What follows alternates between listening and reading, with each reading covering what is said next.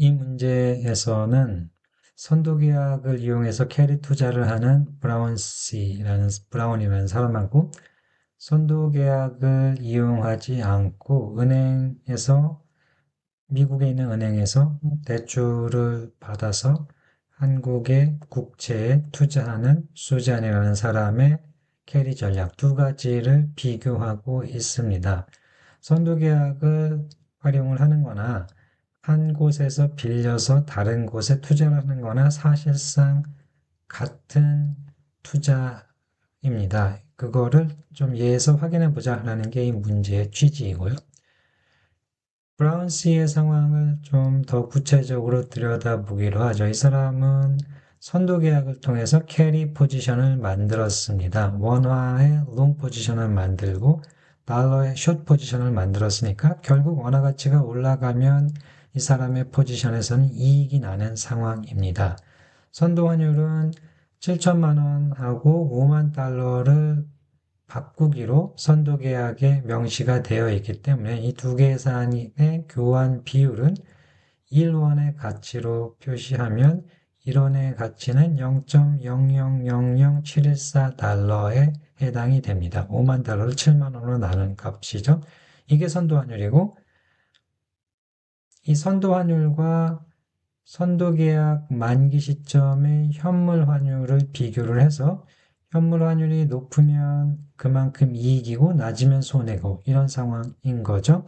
현물 환율을 X라고 표현을 하면 X하고 0.000714 이 선도 환율을 비교해서 현물 환율이 높으면 이익 아니면 손해가 되고요. 이 손해와 이익의 크기는 1원에 대한 이익이기 때문에 7천만 원 포지션을 가지고 있는 브라운 씨의 총 이익은 이 값에 7천만을 곱하면 되고요. 이 이익의 단위는 지금 달러였기 때문에 이 값에 7천만을 곱한 값의 값 달러가 브라운 씨의 이익이 됩니다. 그 다음 이 상황을 선도 계약을 이용하지 않고 한 곳에서 빌려서 다른 곳에 투자하는 사람, 수잔이라는 사람의 상황과 비교해 보도록 하죠. 문제에서 얼마를 대출받아야 똑같은 포지션이 되는가를 물어봤는데 그 값을 모르니까 그냥 Y달러라고 표시를 해보죠. Y달러로 시작을 해서 미국에서 Y달러를 빌려서 이 돈을 원화로 바꾸고 1년 동안 원화를 투자한 뒤에 받게 되는 원을 다시 1년 뒤에 현물 환율을 통해서 달러로 환산한 다음에 그 다음에 은행에 원금과 이자를 갚고 얼마가 남나 이런 계산을 해보려고 합니다. 그래서 Y달러부터 다시 시작을 하면 현물 환율을 먼저 알아야 되는데 현물 환율이 문제에 주어져 있지는 않지만 선도 환율을 알고 있고 그리고 달러 이자율과 원화 이자율을 알고 있어서 선도 환율과 현물 환율 간의 관계를 나타내는 식으로부터 현물 환율의 값을 구할 수 있습니다. 선도 환율은 현물 환율 곱하기 달러 이자율 빼기 비달러 이자율 이렇게 쓸 수 있기 때문에 이 식을 풀면 현물 환율은 0.0007143의 exponential 0.01로 계산이 됩니다. 이거를 계산 안 하고 그냥 이렇게 놔둔 이유는요. 나중에 다 이게 지워지기 때문에 상쇄가 되기 때문에 일단 풀지 않고 그냥 이렇게 두겠습니다. 그 다음 이 환율을 이용을 해서 Y달러를 원화로 환전하면 원화 나누기 환율 해서 이 값이 원화로 표시한 Y달러이고요. 여기에 5%의 로그 이자율이 적용이 되면 1년 뒤에 가지게 되는 원화 값은 여기 주어진 값입니다. 이 값에다가 이 돈을 다시 달러로 환전을 하면 그 시점에 현물 환율을 적용을 해야 되죠. 여기서 계산할 때 1년 뒤 현물 환율을 X라고 했으니까 똑같이 여기서도 X라고 쓰면 X를 그냥 곱해주면 되겠죠. 근데 이만큼이 1년 뒤에 달러로 받게 되는 돈인데 여기서 은행에서 빌린 원금과 이자를 갚아야겠죠. 미국의 이자율이 로그 이자율이 4%이니까 y의 exponential 0.04를 곱한 값이 원금과 이자로 갚아야 되는 돈입니다. 그래서 결국 남는 돈은 원화를 환전해서 받은 돈에서 원금과 이자를 뺀 값이 남게 되는데 그래서 이 값하고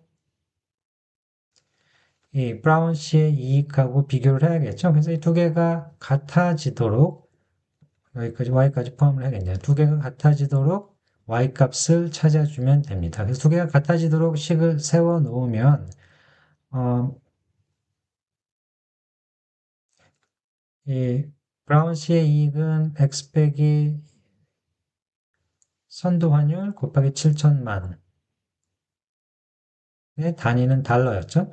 그리고 수잔 씨의 이익은 y에 이렇게 곱해준 값입니다.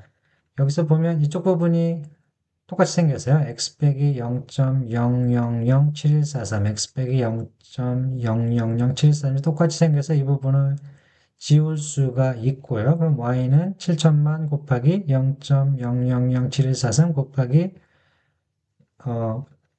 왼쪽으로 가니까 다른 쪽으로 가니까 exponential 마이너스 0.04가 됩니다. 그래서 이걸 그냥 풀면